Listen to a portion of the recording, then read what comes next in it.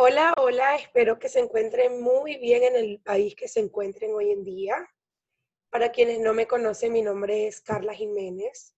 Soy psicóloga egresada de la Universidad Rafael Urdaneta y actualmente vivo en la ciudad de Miami, en Estados Unidos. El día de hoy les vengo a traer una especie de conversatorio acerca de lo que es la depresión y el suicidio, ya que esto es un problema de salud que abarca a más de 300.000 personas y es muy importante que nosotros tengamos ciertos conocimientos para poder brindar la ayuda que se necesita y en el tiempo que se necesita. Para eso tenemos que comenzar sabiendo de qué se trata la depresión o de dónde viene la depresión. ¿Qué es la depresión? La depresión se deriva del latín depressio, que básicamente significa hundimiento. Es esa sensación de la persona de falta de energía, como si tuviera un peso en la espalda, como si no tuviera energía vital, realmente, no tiene energía vital.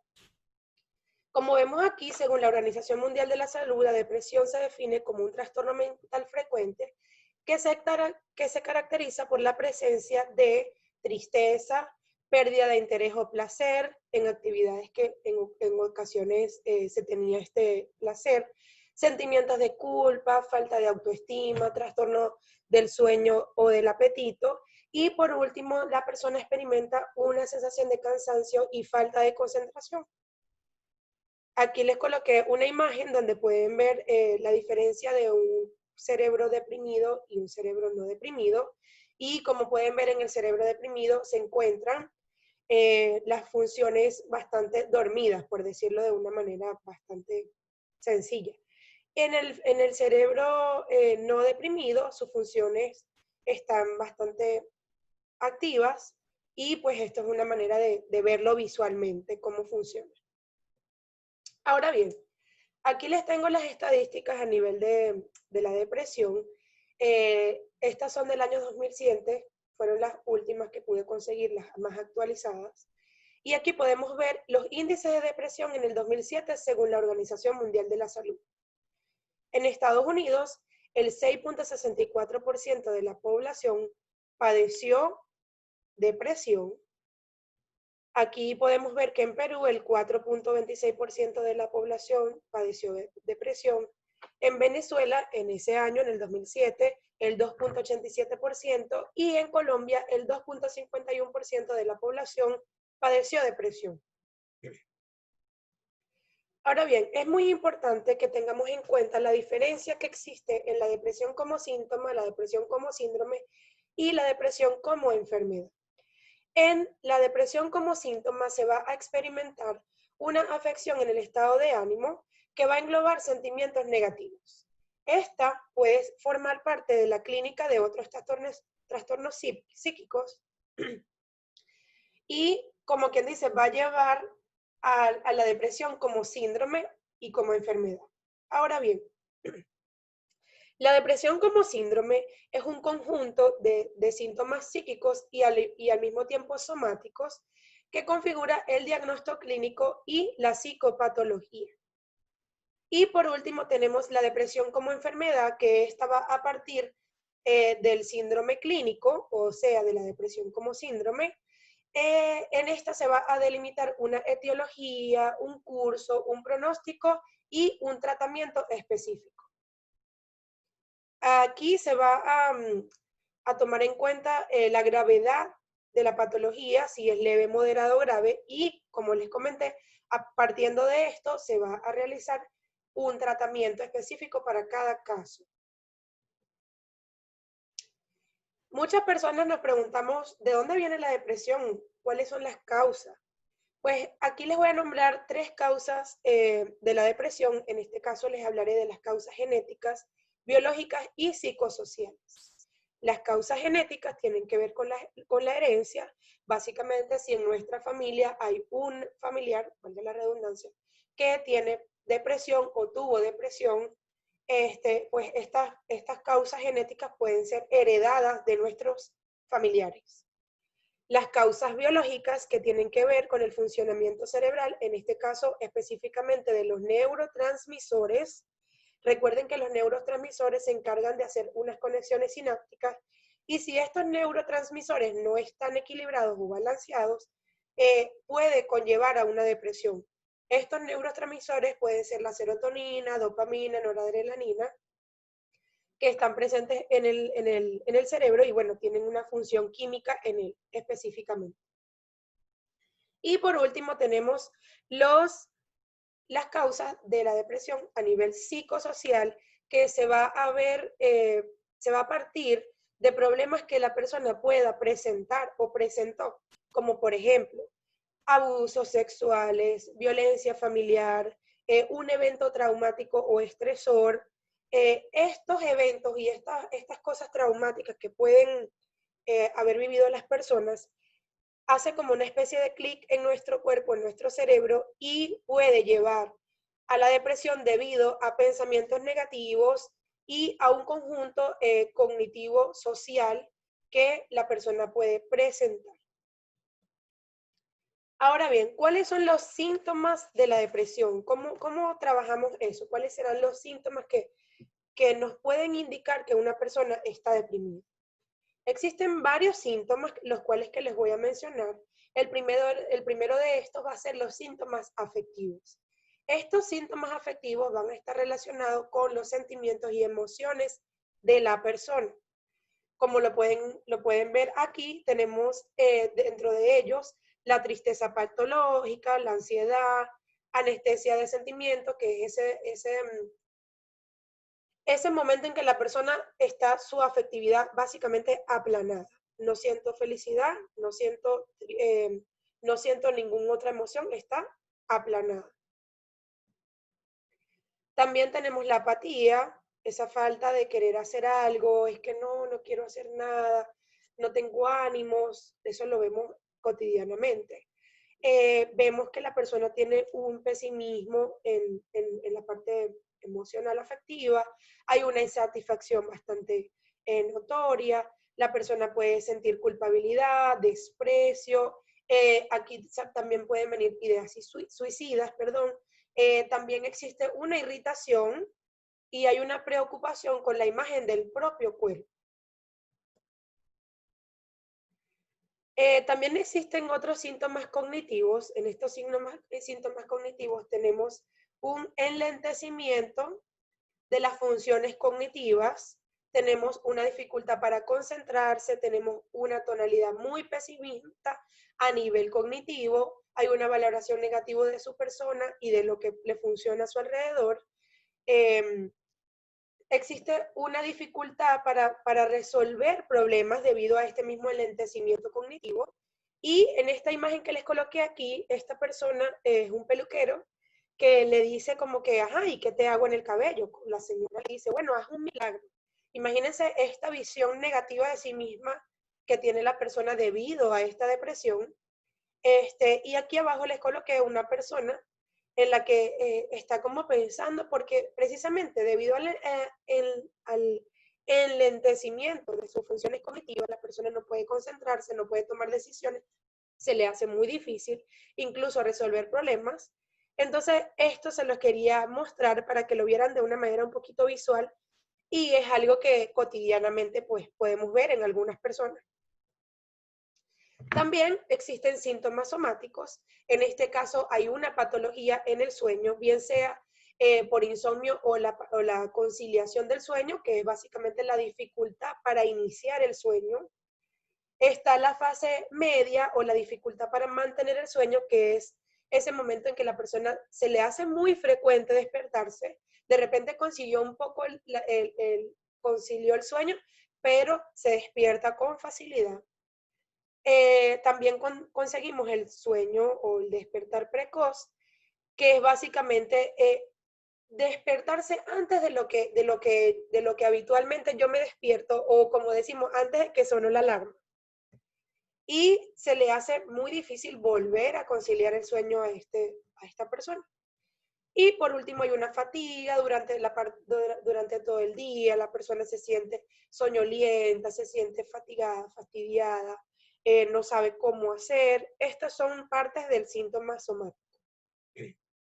Ahora bien, Tenemos también los síntomas gastrointestinales y cognitivos, que básicamente hay una disminución o un aumento del apetito. También podemos ver una inhibición motora, enlentecimiento, falta de cualquier actividad. Y también existe a nivel cognitivo pensamientos relacionados como que voy a comer para no pensar o voy a comer para evitar esas cosas incómodas que quizás la persona está sintiendo en el momento. Tenemos que conversar acerca de las teorías que pueden explicar la depresión. En este caso, yo tomé en cuenta 3 teorías. En el caso, les voy a comentar la primera, que es la teoría conductual, que básicamente esta teoría explica la depresión como una falta de reforzamientos, ¿ok? Y esto hace que esa falta de reforzamiento se perpetúe la depresión en el individuo. Ahora bien, de acuerdo a la teoría cognitiva, esta teoría básicamente habla de una distorsión en el pensamiento, de una falta de ver a nivel cognitivo positivamente la vida o lo que nos está rodeando, porque recuerden que estas personas que están deprimidas, uno de los indicadores principales es que tienen una visión muy negativa de sí mismos y del entorno que les rodea. Entonces, debido a esta distorsión de la realidad, de estas distorsiones cognitivas, la persona se va a ver deprimida, ¿ok? Un evento lo tomo como muy personal, lo generalizo, y entre otras cosas que más adelante les voy a comentar acerca de estas distorsiones cognitivas. Entonces, esta teoría básicamente explica que de acuerdo al pensamiento que yo tenga, podría caer en depresión. Y las causas biológicas, que en este caso se refieren a la parte cerebral, a que el funcionamiento del cerebro no está funcionando bien, valga la redundancia. Esos neurotransmisores no están llevando el mensaje y no están haciendo una conexión sináptica apropiada. Entonces, a partir de ahí, biológicamente la persona puede presentar una depresión. Ahora bien, en el manual de diagnóstico de los trastornos mentales, o DSM-5, existen diversos trastornos depresivos. En este caso, yo les voy a comentar de 2 trastornos. El primero, les voy a hablar del trastorno depresivo mayor. Nosotros, los psicólogos y psiquiatras, tenemos que tomar muy en cuenta estos criterios con mucha delicadeza para poder hacer un diagnóstico y no hacer un diagnóstico errado. No, no, no. Tenemos que hacer una revisión minuciosa para ver qué criterios están presentes en esa persona a nivel de depresión. ¿Qué criterios yo puedo tomar? Si los presenta todos de acuerdo a esto que les voy a comentar ahorita, o si solo presenta algunos de esos criterios. Entonces, para comenzar, este trastorno es un trastorno del estado de ánimo, está caracterizado por una intensidad que sobrepasa sentimientos comunes de tristeza. Y estos sentimientos comunes de tristeza van a ser ocasionales en la vida diaria. Ahora bien, tenemos criterios. En este caso les voy a mencionar el criterio A, que para poder hacer el diagnóstico se necesita la presencia de 5 o más de los siguientes síntomas durante un periodo de 2 semanas. Esto va a representar un cambio en el modo de funcionar que tenía la persona anteriormente. Se va a presenciar un estado anímico bastante deprimido o la pérdida de interés para realizar algunas cosas que anteriormente eran de motivo o placer. Dentro del criterio A tenemos, debe apreciarse un estado de ánimo deprimido gran parte del día, casi todos los días. Se aprecia una disminución del interés de las actividades que solían generar una emoción o placer. Recuerden, casi todos los días, la mayor parte del día. También se produce una pérdida o aumento de peso, por lo que les comenté anteriormente de estos síntomas gastrointestinales. La persona puede presentar alteraciones en el sueño, como insomnio, hipersomnia, casi todos los días, la mayor parte del día también. Uno mismo y la persona, otras personas observan una mayor o disminución, agitación psicomotora casi todos los días o la mayor parte del día. La persona se siente muy fatigada, con mucha falta de energía, casi todos los días al mismo tiempo, como los otros indicadores. Aparecen muchos sentimientos de culpabilidad, de inutilidad, yo no sirvo para nada, me siento culpable porque yo no hice esto. Y bueno, vamos a continuar aquí porque más adelante se las voy a explicar con un poquito más de detalle. Hay una dificultad para concentrarse o mantener la concentración, tomar decisiones. Acuérdense que la depresión también, los síntomas son cognitivos y por eso es que es importante a la hora de hacer un diagnóstico tomar en cuenta eso.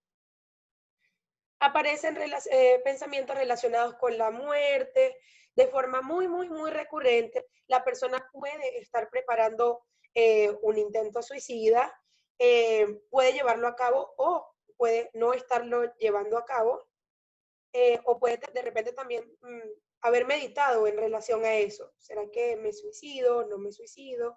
Estos son uno de los indicadores que también aparecen en el criterio A. Ahora bien, en el criterio B tenemos la aparición de síntomas que van a generar un malestar altamente significativo y un deterioro en las diferentes áreas de la vida de la persona, bien sea a nivel personal, a nivel laboral, a nivel social. Entonces es muy importante tomarlo en cuenta. En el criterio C tenemos los síntomas no pueden estar relacionados al consumo de una sustancia o a un efecto fisiológico o a una enfermedad médica. Muy importante tenerlo en cuenta. Son básicamente síntomas psicológicos y no debido a una afección médica o haber consumido una sustancia, una droga o un medicamento.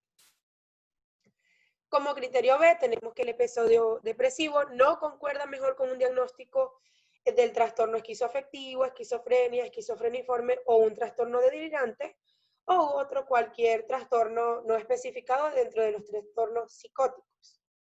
Y por último, nunca se ha dado un episodio maníaco o hipomaníaco. La prevalencia de este trastorno es básicamente del 10 al 25% para las mujeres y del 5 al 12% para los hombres. Es decir, lo presentan generalmente las mujeres y esto no se va a relacionar con la raza, nivel de estudios, ingresos económicos o estado civil. El curso que lleva este trastorno depresivo mayor va a depender de acuerdo a los síntomas y al mismo tiempo va a desarrollarse y al mismo tiempo se va a ver, depende de cómo se vaya desarrollando, si dura largo, si su desarrollo va a ser largo de acuerdo a días o semanas. Recuerden que uno de los criterios es que debe durar los síntomas durante 2 semanas como mínimo. Entonces, este curso se va a deber a eso. Ahora, puede presentar síntomas ansiosos o depresivos leves y también depende de cómo se trate, puede durar 4 meses o más, dependiendo del inicio de la edad. Si no es tratado, pues obviamente se va a tornar grave, se va a empeorar el trastorno y ahí pues hay que hacer otro tipo de tratamientos y cosas para poder ayudar a la persona que tiene este trastorno. Muy bien, existe un diagnóstico diferencial que tenemos que tomar en cuenta, como lo es aquí. El trastorno depresivo mayor es debido a un episodio de depresión mayor. Recuerden, sentimientos, emociones negativas, pensamientos negativos, sueño, alteración en este, y bueno, todos los indicadores que les comenté anteriormente según el DSM-5. Este diagnóstico también fue tomado del DSM-5 y el trastorno depresivo mayor se diferencia del trastorno de ánimo debido a una enfermedad médica precisamente porque la alteración del estado de ánimo se considera a un efecto fisiológico directo a una enfermedad médica específica. Ahora, con los trastornos de estado de ánimo debido o inducido por sustancias, pues la alteración depresiva o de depresión va a ser consecuencia directa de una sustancia.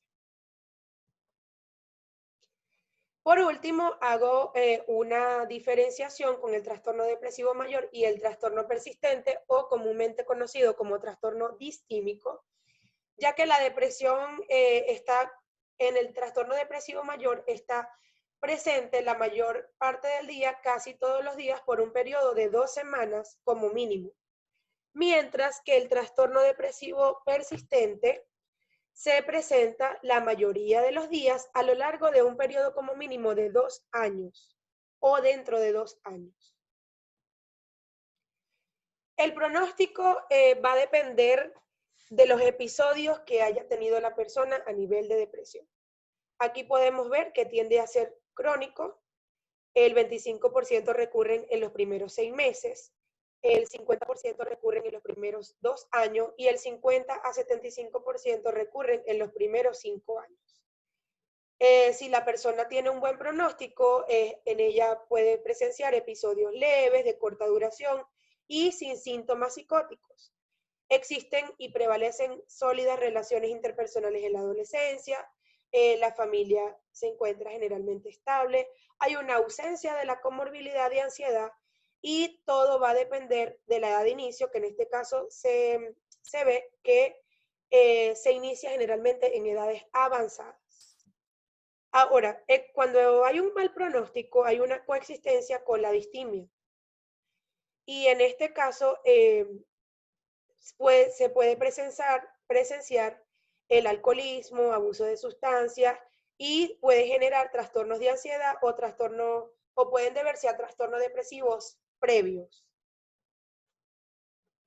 Ok, como les comenté, de acuerdo al DSM-5, hay diferentes trastornos depresivos. En este caso yo les voy a hablar de solo 2. Ya les hablé del trastorno depresivo mayor y ahora les voy a hablar del trastorno depresivo persistente o conocido como distimia.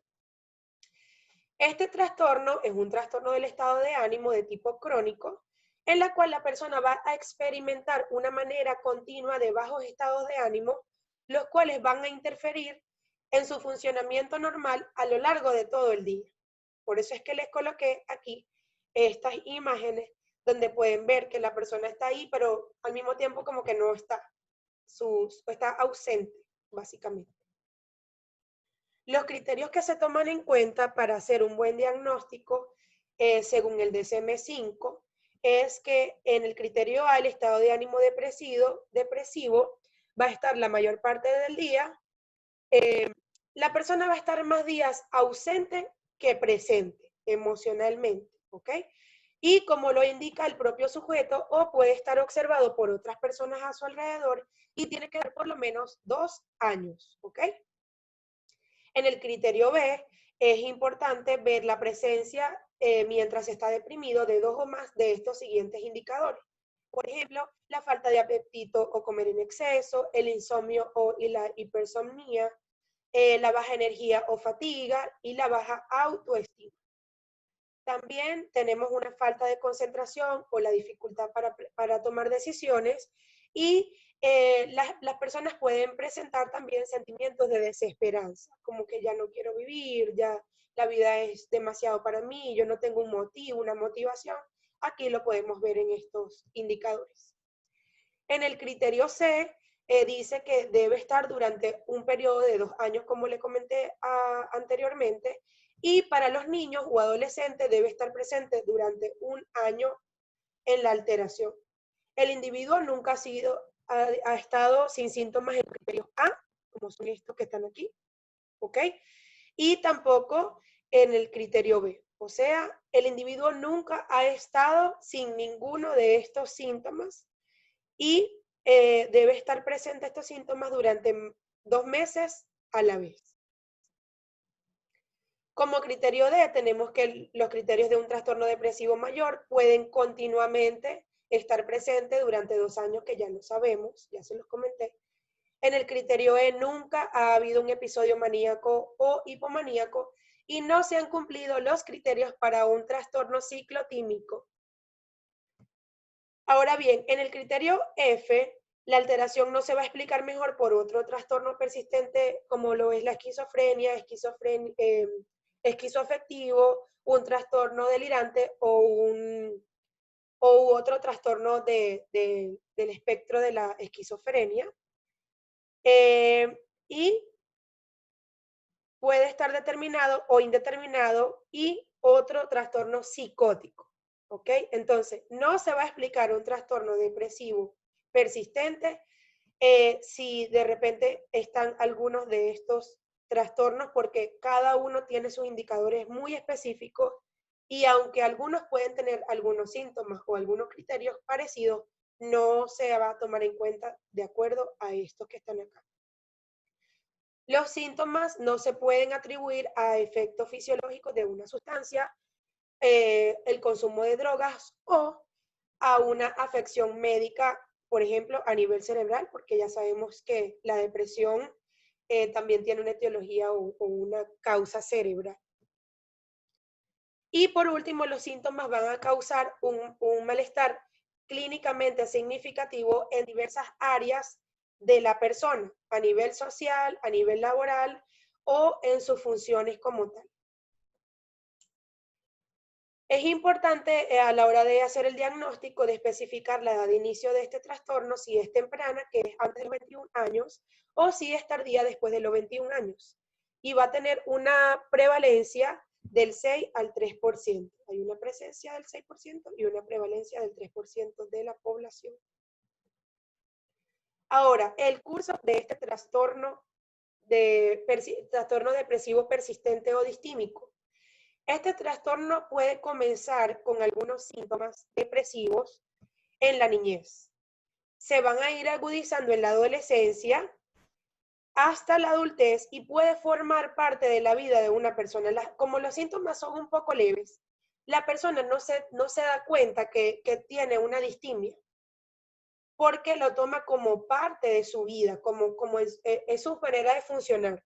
Cuando vemos una persona que de repente tiene síntomas depresivos y decimos, ah, mira, no, es que ella es así, tranquila, lenta.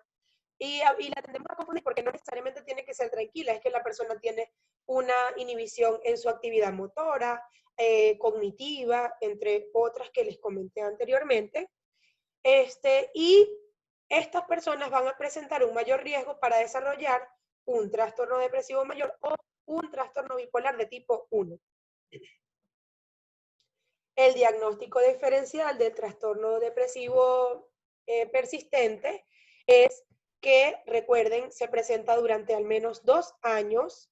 En el caso del trastorno depresivo mayor, la persona va a sentir esos síntomas depresivos la mayor parte del día, casi cada día, durante un periodo al menos de 2 semanas. Ahora bien, el trastorno depresivo mayor, la diferencia del trastorno del estado de ánimo debido a una enfermedad médica, básicamente que va a presentar síntomas depresivos o puede ser un trastorno depresivo, pero va a ser directamente de como consecuencia de una enfermedad médica.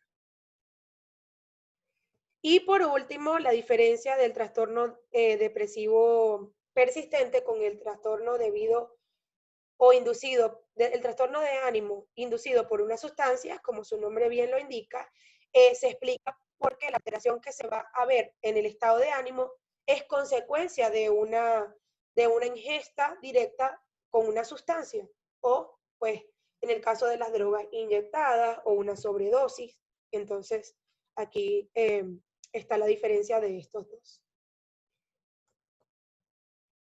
Es muy importante hablar de las distorsiones cognitivas que se presentan comúnmente en el trastorno depresivo mayor y trastorno depresivo distímico o persistente. Dentro de ellas voy a mencionar la interferencia arbitraria, abstracción selectiva, pensamiento dicotómico, magnificación o minimización del pensamiento y la sobregeneralización. Para comenzar, tenemos una interferencia arbitraria, que básicamente son esos pensamientos que la persona saca sus propias conclusiones sin ver la realidad de esos pensamientos. No, es que esto es así porque es así y punto. No hay como una especie de mediación en ese pensamiento, como que un detenimiento a pensar, ya va, pero esto será real, no será real. Y recuerden que se llaman distorsiones cognitivas porque la persona va a distorsionar la realidad, ¿ok? De esos pensamientos. Entonces, Aquí la persona sacó sus conclusiones, dijo esto es así porque sí, yo no la validé, porque no tienen esa capacidad.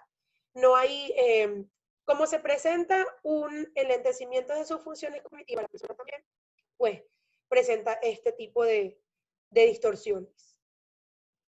También existe o comúnmente se ve una abstracción selectiva, la persona se va a enfocar en el pasado, en el presente, en el futuro y no ve que hay muchas cosas que pueden estar presentes en su vida o como un todo, pues hay cosas que me pasaron en el pasado, que me están pasando en el presente, que me pueden pasar en el futuro y que todos los pensamientos que yo tengo van a venir depende de eso. No, la persona crea en su cabeza que es solamente de acuerdo a un evento, un motivo y ya, no hay otro.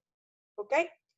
En el pensamiento dicotómico, básicamente, como pueden ver en la imagen, aquí coloqué esta imagen donde dice todo o nada, porque básicamente la persona piensa así.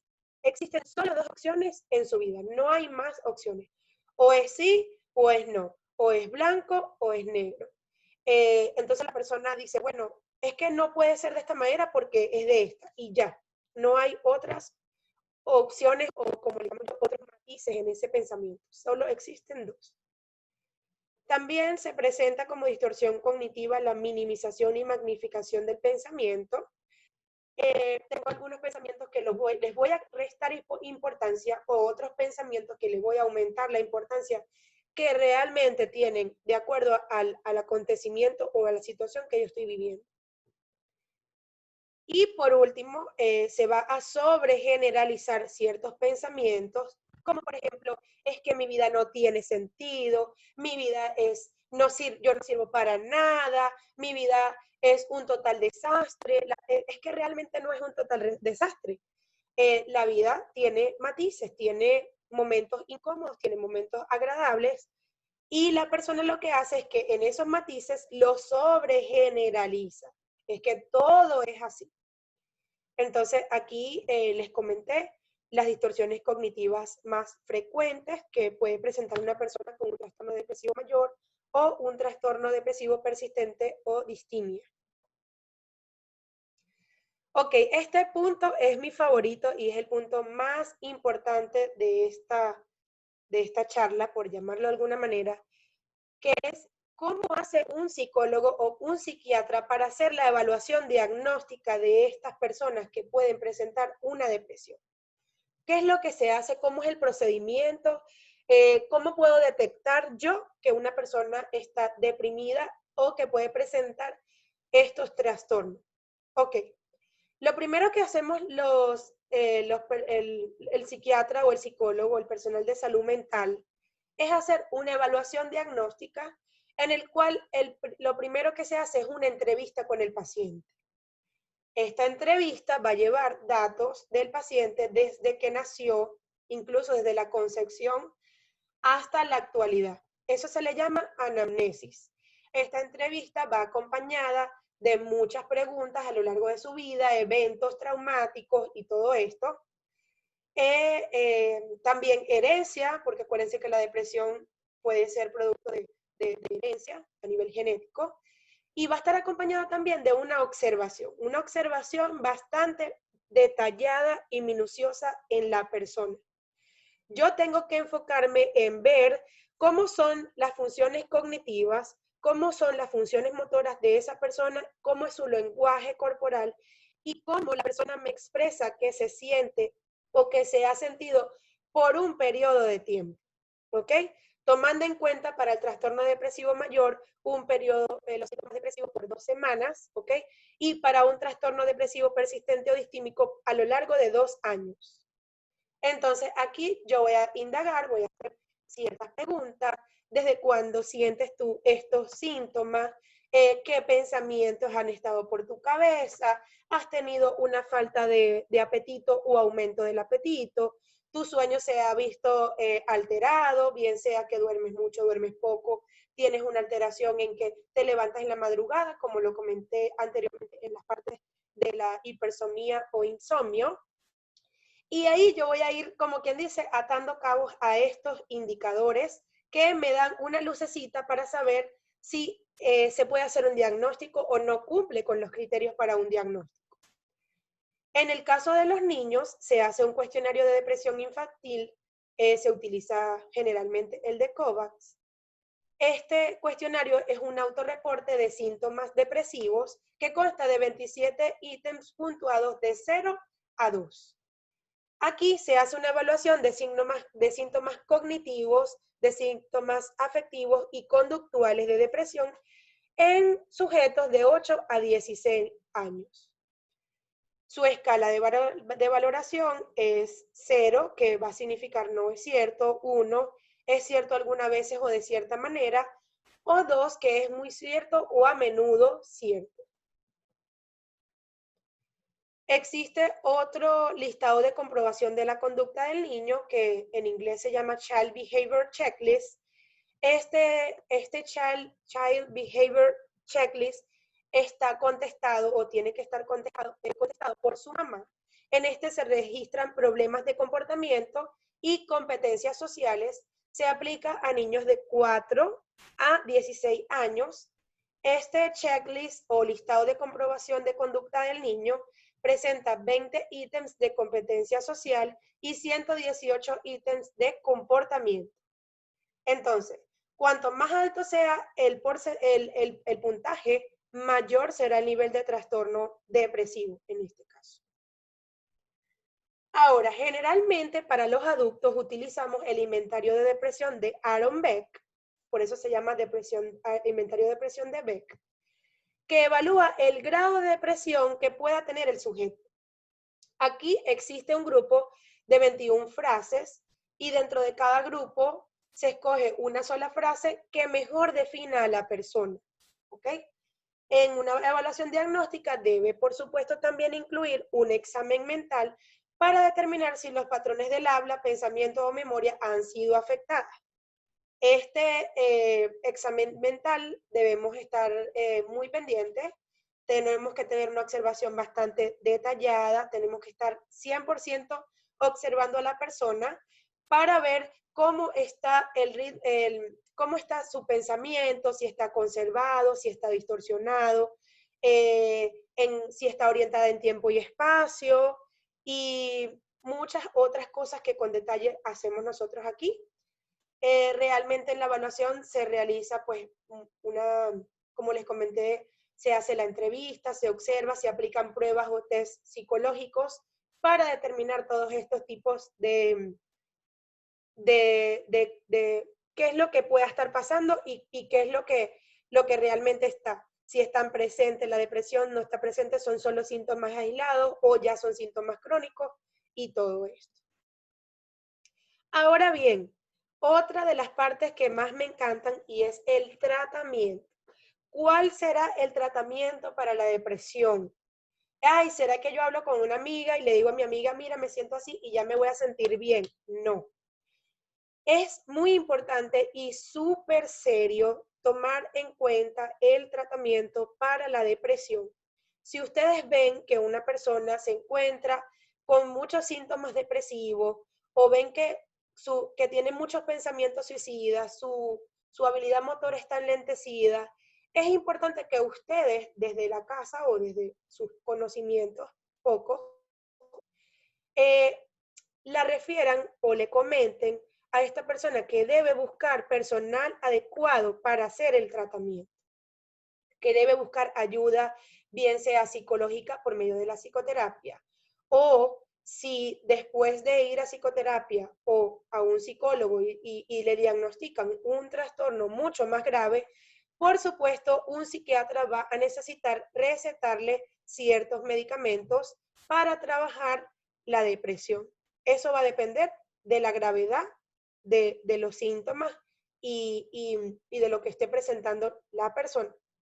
Entonces, para el tratamiento tomamos en cuenta los fármacos, tomamos en cuenta la psicoterapia o la terapia cognitivo-conductual mayormente, principalmente.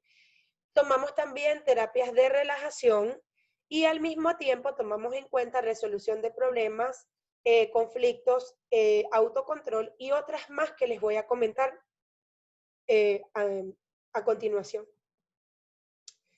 Una de las terapias que utilizamos se llama la relajación progresiva de Jacobson. esta básicamente, Jacobson encontró que existe una relación muy, muy estrecha entre la mente y el cuerpo, ¿ok? Y esta relación va a ver, depende del estado del músculo, va a influir en la intensidad de la respuesta refleja del cuerpo. Por eso es que hay una relación entre la mente y el cuerpo o grupos musculares. A su vez, esta intensidad de la respuesta en ella van a haber pensamientos y estado emocional que van a afectar la respuesta muscular. Por eso es que comúnmente nosotros decimos, estoy estresada, me siento una presión acá en la espalda, en esta parte de estos músculos, o siento mucha tensión en la frente, o me duele una parte del brazo, porque acuérdense que también puede ser lo podemos psicosomatizar, ¿okay? Podemos somatizar. Entonces, estos grupos musculares están estrechamente relacionados con nuestra mente, nuestro estado emocional y nuestros pensamientos.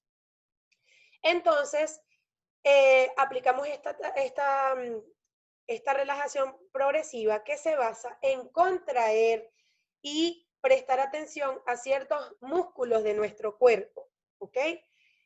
Aquí, como pueden ver, esta persona está tensionando sus músculos faciales, va a prestar atención en lo que siente, ¿ok? Y al mismo tiempo va a mantener esa tensión durante 20 o 30 segundos y luego va a relajar esos músculos. Por supuesto, al contraer y relajar, yo voy a sentir una sensación de alivio en mi cuerpo que me va a permitir, de acuerdo a la cantidad de veces que se haga esta terapia, conseguir una mejor concentración, conseguir una mejor conciliación del sueño, a menos que haya una afección médica muy, muy marcada, ¿ok? La persona debe estar muy atenta a lo que está sintiendo en cada tensión y distensión. Esta relajación se realiza en una silla, como lo pueden ver aquí. Se trabaja con diversos grupos musculares hasta que la persona puede tener una mejor sensación de sus grupos musculares. Y los grupos musculares que trabajamos en este método de relajación de Jacobson son estos. Se comienza primero con la mano derecha o mano izquierda, perdón, con la mano derecha a la izquierda, ¿ok? Luego vamos a ir siguiendo con la otra. Seguimos con el antebrazo, el brazo derecho, brazo izquierdo, deltoides, espalda en la zona dorsal y zona lumbar. Luego vamos a proseguir con los músculos del cuello, el rostro, los ojos. Vamos a seguir con el muslo derecho, luego muslo izquierdo, zona anterior al tronco y abdomen, pie derecho, pie izquierdo, pantorrilla derecha, pantorrilla izquierda. Es importante que la persona esté en un estado tranquilo, que tenga la mejor disposición, que se encuentre bastante o lo más posible concentrado para que este método se pueda llevar a cabo de una manera eficaz. También utilizamos el entrenamiento en autocontrol. Esto le va a permitir a la persona evaluar, observar y registrar todos sus comportamientos, pensamientos y al mismo tiempo sus funciones a nivel, pues, motora. En la terapia se le realiza una serie de tareas en donde la persona tiene que hacer una autoobservación de situaciones, pensamientos que vayan a presentar durante cada día, y esto le va a permitir visualmente también ver todo lo que ha estado sucediendo en esos momentos. La persona hace un autorregistro por medio de una lista, básicamente, de cuáles son los sentimientos, cuáles son los pensamientos, cómo ha actuado la persona ante X circunstancias, y al mismo tiempo tiene que haber o se le asignan se le indica a la persona que tiene que hacer un autorreforzamiento para sí mismo.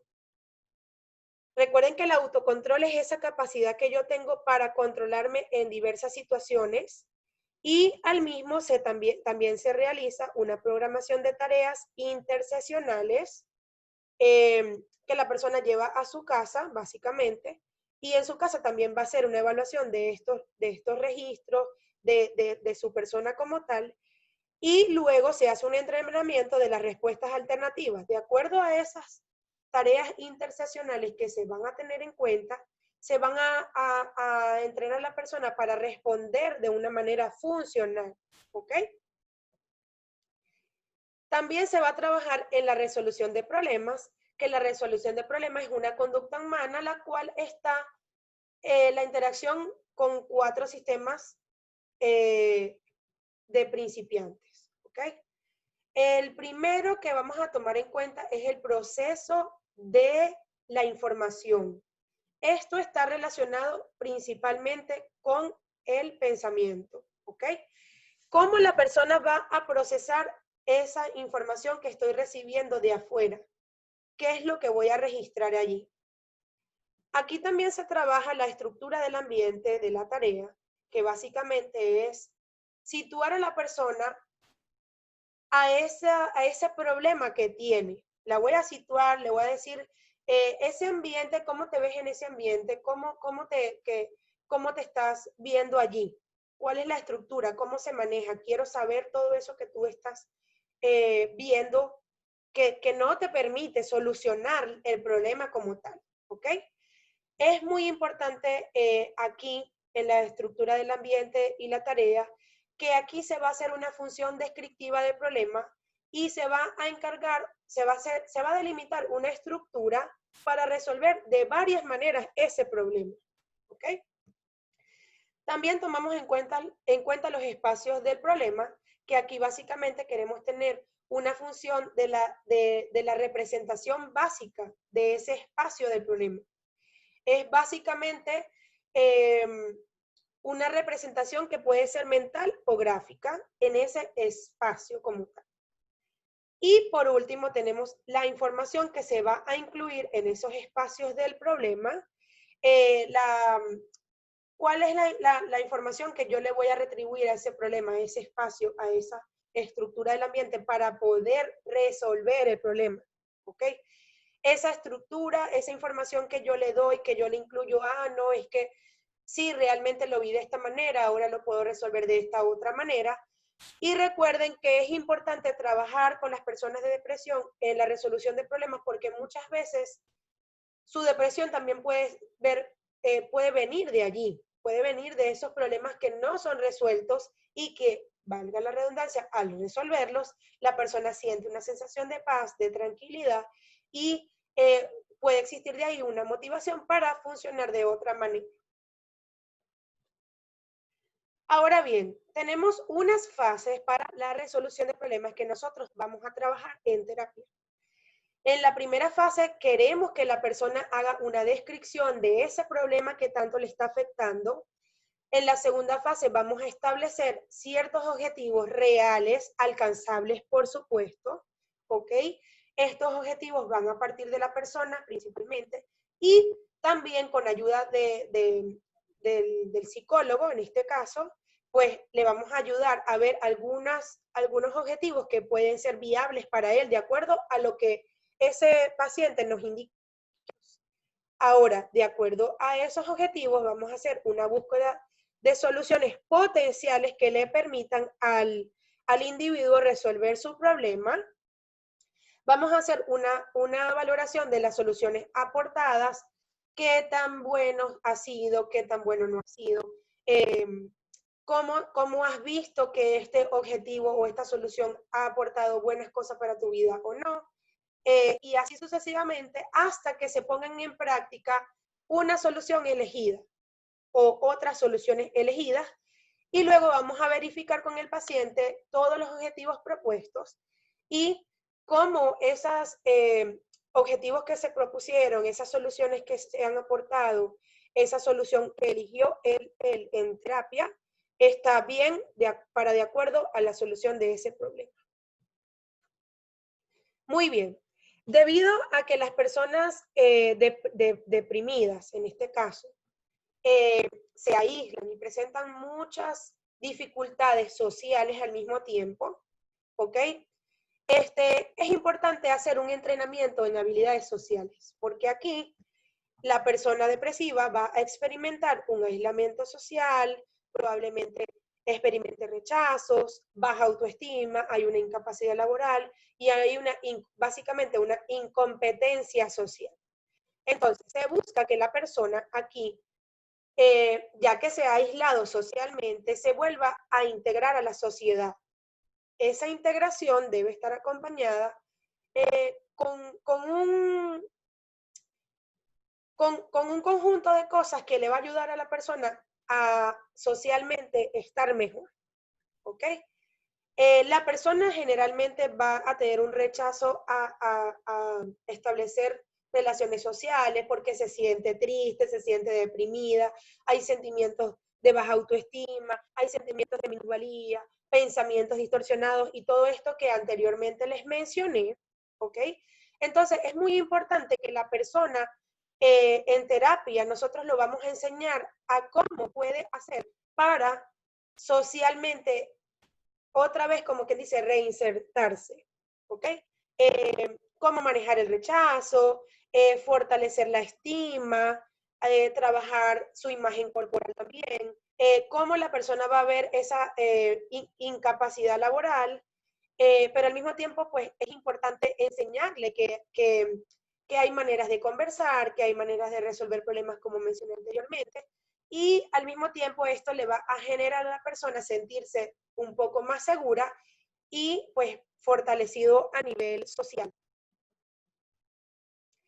Aquí se busca también hacer un modelamiento. El modelamiento básicamente es una imitación. Se busca que la persona imite una situación para evaluar cómo lo va a enfrentar la persona, ¿sabes? Y al mismo tiempo, en esa imitación, la persona se va a, como quien dice, meter en el papel y se va a dar cuenta que no hay cosas que son tan graves. Se puede observar. Aquí tenemos otra que se llama el role playing, que básicamente es un intercambio de roles.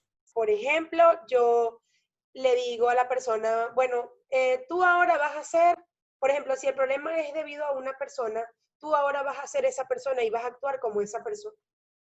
Luego se va a hacer una retroalimentación de cómo se sintió imitando a esa persona, esa actitud, o cómo se ve. Porque, ¿qué pasa? Al imitar a alguien o al imitar una situación o al imitar un problema, la persona se está metiendo tanto en el papel que va a poder sentir como que, ah, mira, es que se siente de esta manera. Y es una manera de hacer como un clic a nivel cerebral y al mismo tiempo en el cambio de roles. Hacemos esta retroalimentación para hacerle saber a la persona y para obtener información, por supuesto, de cómo se siente, de cómo se sintió en esa situación. Y luego se va a poner en práctica todo este adiestramiento que se hace en terapia para fortalecer a la persona, hacerla sentir con una mejor autoestima, con una mejor actitud y la persona pues se va a sentir mucho mejor. Ahora bien, trabajamos también con la reestructuración cognitiva. Recuerden que en la depresión se presentan muchas distorsiones cognitivas y es por eso que tenemos que volver a reestructurar y volver a trabajar esos pensamientos distorsionados. ¿Ok? Entonces aquí dice, la causa de muchas depresiones son los pensamientos irracionales. A la persona le parece que el mundo le hace demandas exageradas. La finalidad de esta técnica es mostrarle al paciente recursos para enfrentar problemas del día a día.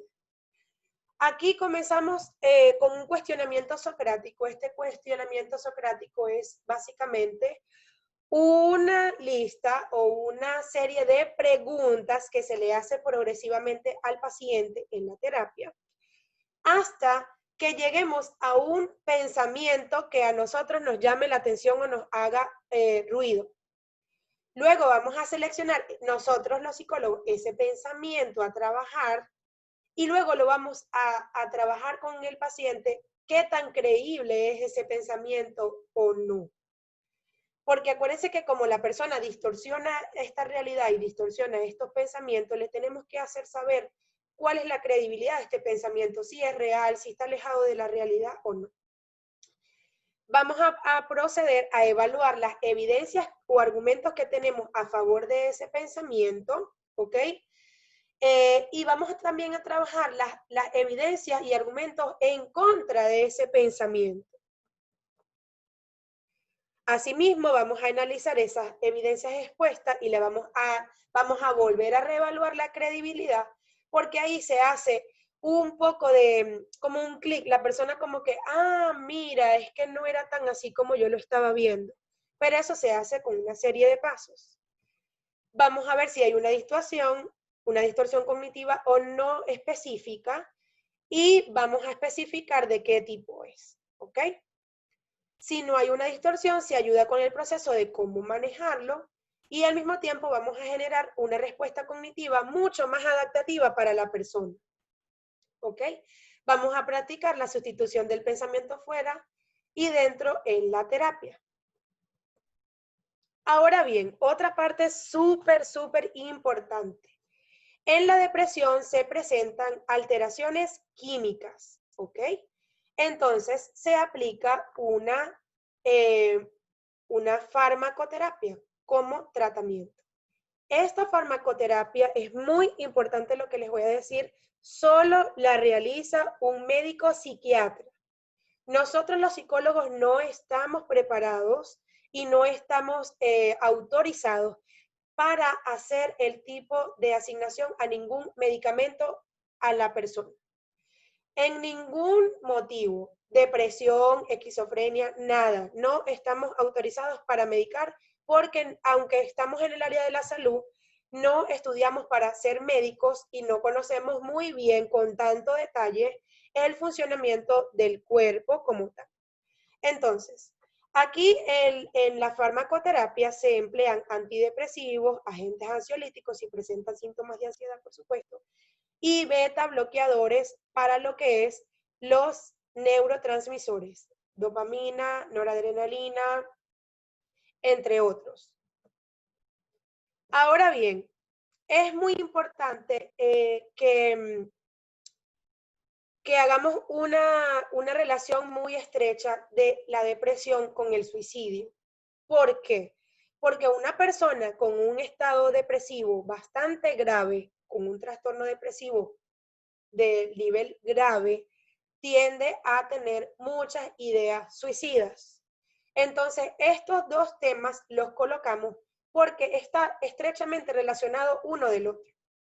Ahora bien, ¿qué será el suicidio? ¿Cómo lo podemos describir? ¿Cómo es eso? ¿Qué es el suicidio? El suicidio básicamente es el acto de quitarse la vida. Acto de quitarse la vida, ¿ok? El sociólogo francés Émile Durkheim, en el año 1879, corrijo. Él hizo una obra a la cual le llamó El suicidio. Él fue el pionero de este tema. Y él decía que el suicidio son fenómenos individuales que responden a causas sociales e individuales, básicamente. Pero él hacía mucho énfasis que el suicidio es un hecho social, ¿ok? Les voy a poner un ejemplo sencillo apoyando a este sociólogo francés. Es que en muchos países se ve que hay suicidios colectivos, precisamente porque se debe a un evento o un hecho social. De acuerdo a creencia, es que si nos suicidamos vamos a salvar el mundo y bueno, otras cosas que de acuerdo a culturas, religiones, podemos ver. Entonces, un comportamiento suicida es cualquier acción con consecuencias graves que en la vida del sujeto va a poner en riesgo. Entonces, aquí tenemos las estadísticas de suicidios. Estas tasas las saqué de la Organización Mundial de la Salud. Hice una comparación del año 2000 y 2016. El 2016 fue las más actuales que conseguí. Y en ellas les voy a hablar sobre la tasa de suicidios por cada 100.000 habitantes según esta Organización Mundial de la Salud. Podemos observar que en Estados Unidos en el año 2000 se presenció el 11.3 11.3 habitantes se suicidaban. Ahora, en el año 2016, el 15.3 habitantes se suicidaban por cada 100.000 habitantes. Recuerden muy bien, por cada 100.000 habitantes, 11.3 se suicidaban en el 2000 y 15.3 en el 2016. Ahora bien, en Colombia, de cada 100.000 habitantes, el 7.6 se suicidó en Colombia y en el 2016, en el año 2000, perdón, y en el 2016 el 7.2. Ok. Ahora bien, Perú, de cada 100.000 habitantes, el 5.1 personas se suicidaron en el año 2000 y en el 2016 4.9 personas.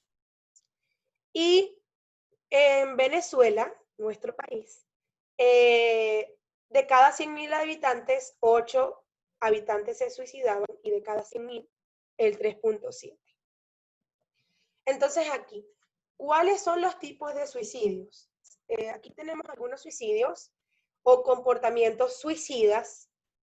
En este caso tenemos el suicidio maníaco, que se debe a alucinaciones o concepciones delirantes, de acuerdo a trastornos, recuerden, trastornos muy marcados, trastornos en una fase bastante grave. Está el suicidio melancólico, que se debe a una extrema depresión, puede surgir también de alucinaciones, y bueno, ya se llama melancólico porque se presenta en una extrema depresión. Está el suicidio obsesivo, que es básicamente similar a un instinto. El sujeto sabe que la idea es absurda, pero al mismo tiempo, pues, lo cree. Él cree que eso es así y punto, y que tiene que hacerlo y que se tiene que suicidar porque es así, aunque la idea sea absurda. Y está el suicidio automático o impulsivo, que este suicidio carece de razón total. Simplemente la persona se suicida porque sí y listo. Ahora bien, ¿cuáles son las causas del suicidio? Tenemos que tomar en cuenta que hay unos signos que tenemos que estar muy atentos. En este caso, los principales signos son verbales, como por ejemplo, yo no puedo seguir adelante, ya nada me importa, mi vida no tiene sentido, mi vida es trágica, es horrible, yo no quiero vivir, yo no puedo vivir. Entonces, aquí vamos a ver las causas de esto y dentro de ellas tenemos las situaciones por la que una persona puede llegar a suicidarse. Es básicamente la depresión, la inconformidad con su vida, con su estima, con su cuerpo, con la vida que lleva, con su dinámica en general. Está ligado también con el comportamiento, esas causas están ligadas con el comportamiento, llantos, escritos acerca de la muerte, del suicidio. Muchas de las personas la mayoría dejan cartas suicidas, explicando por qué se suicidaron o se van a suicidar.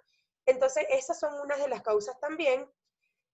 Pensamientos y emociones que se experimentan, como la soledad, la inutilidad.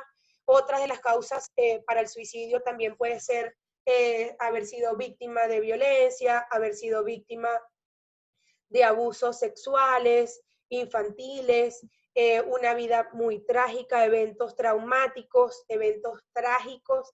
La persona, al no resolver estos problemas, como en los tratamientos anteriormente, al seguir distorsionando la realidad con esos pensamientos, no consigue otra salida y pues tiende a suicidarse.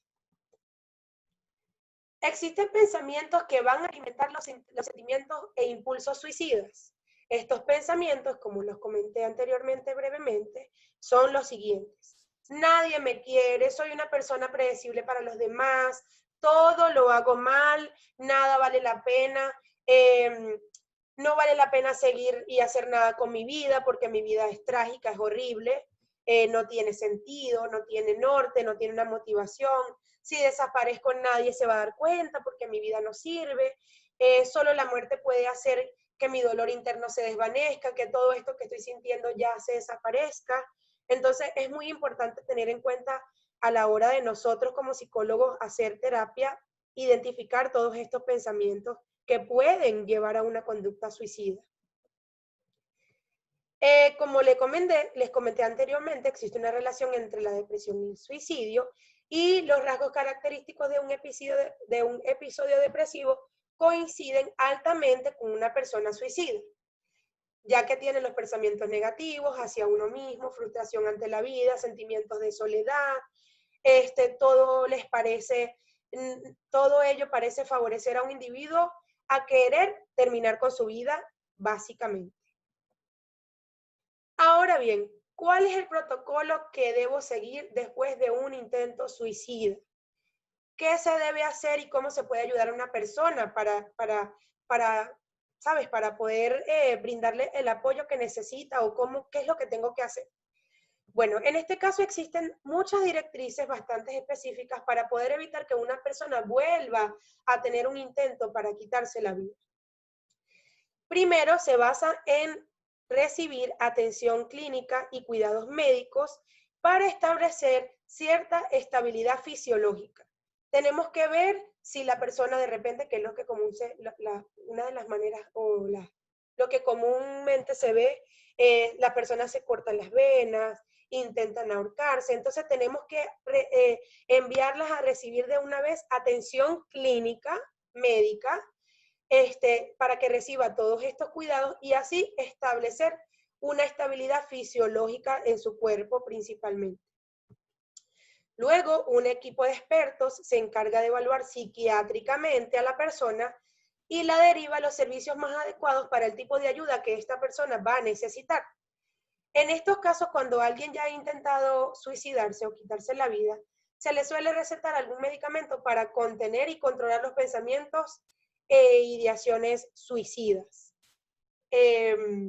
Aquí, pues, el psiquiatra tiene que evaluar si es importante y necesario administrar ciertos medicamentos, ciertos fármacos para estabilizar un poco a la persona.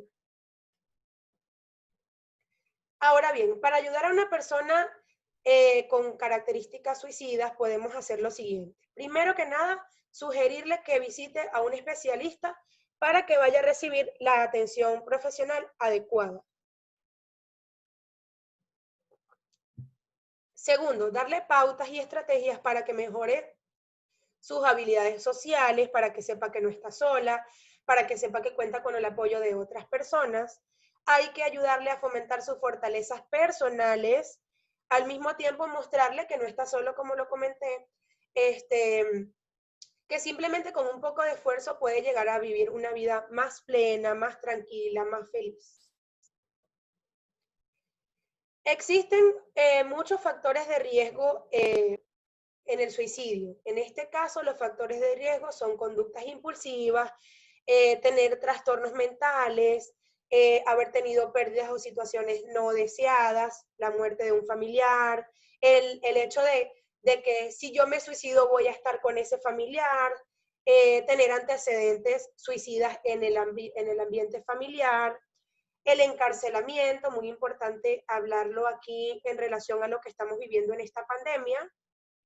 El hecho de estar encerrados, confinados, no saber manejar los sentimientos, tener trastornos mentales, al mismo tiempo antecedentes, haber sufrido la pérdida de un familiar o una situación bastante no deseada y al mismo tiempo violencia familiar, son los factores de riesgo que puede presentar una persona y la pueden conllevar a un suicidio más adelante. Y por último, tenemos unas señales de aviso que tenemos que tomar muy en cuenta los psicólogos a la hora de hacer una intervención con este tipo de personas, y ustedes, si lo llegan a ver, pues para ayudarles, tenemos como lo son los sentimientos, pensamientos y conductas suicidas. Podemos ver si hay cambios en los hábitos alimenticios, si hay alguna pérdida del interés, si hay retraimiento de la persona, si hay uso de alcohol y drogas, exceso en esto también. Si hay muchas preocupaciones en esa persona acerca de la muerte o que hace algún comentario acerca de querer morirse, también sensaciones de aburrimiento, de desesperanza, de que ya no quiero vivir más. Y generalmente hay un aviso de sus planes y hay una verbalización o conductas en relación a esto. Entonces tenemos que estar muy pendientes con esas señales de aviso. Ahora bien, es muy importante que podamos ver cuál es el perfil psicológico de un individuo suicida, y en este caso las personas suicidas generalmente son impulsivas, tienen una baja autoestima, presentan bajas habilidades sociales, presentan escasa tolerancia a la frustración, sentimientos de cólera, tienen un estilo de pensamiento muy rígido, como lo comenté anteriormente, un pensamiento de repente dicotómico. Sus sentimientos incluyen desesperanza, soledad, incomunicación, retraimiento, y también tienen una baja deficiencia imagen corporal. Recuerden que esto está asociado también con la depresión, y al haber todos estos tipos de cosas, este perfil, pues ya sabemos que podemos estar teniendo presente a alguien con características suicidas. Por último, coloqué una frase de Martin Luther King que me gusta mucho, que dice: si ayudo a una sola persona a tener esperanza, no habré vivido en vano. Les doy muchas gracias a todos por escucharme, por estar aquí, por haberse inscrito en esta conferencia. Espero que les sirva de mucha ayuda para las personas que pueden estar a su alrededor, y que esto le abra un poquito más el pensamiento acerca de qué realmente es una depresión, de cuáles son las causas, de dónde viene la depresión, y al mismo tiempo el suicidio, y cómo manejarlo y tratarlo a tiempo para evitar que esto se lleve a cabo. Así que muchísimas gracias a todos, espero que tengan un excelente día, y bueno, que se encuentren muy bien en casa, en cuarentena, si aún están en cuarentena, y que la pasen muy bien, que esté muy bien. Bye.